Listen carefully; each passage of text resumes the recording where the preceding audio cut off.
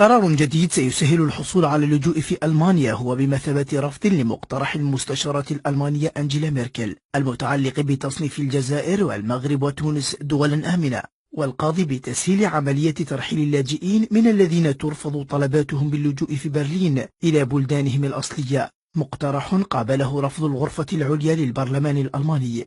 وزير الداخلية الألماني توماس دي ميزير انتقد قرار الغرفة العليا لمجلس الشيوخ الألماني، خصوصا بعد تمرير مشروع المستشارة من طرف الغرفة السفلى للبرلمان في الصائفة الماضية، واصفا إياه بغير الواضح. كما دافع الوزير عن القانون وقال أن 0.7% فقط من مقدمي طلبات اللجوء من الدول الثلاث حصلوا على وضع لاجئ في الأشهر الثلاثة الأولى من سنة 2016. وتم تمرير مشروع القانون في الغرفة السفلى للبرلمان بفضل تمتع المحافظون بزعامة المستشارة أنجيلا ميركل بالأغلبية قبل أن يصطدم بقرار الرفض الصادر مؤخرا من طرف الغرفة العليا لنفس المجال.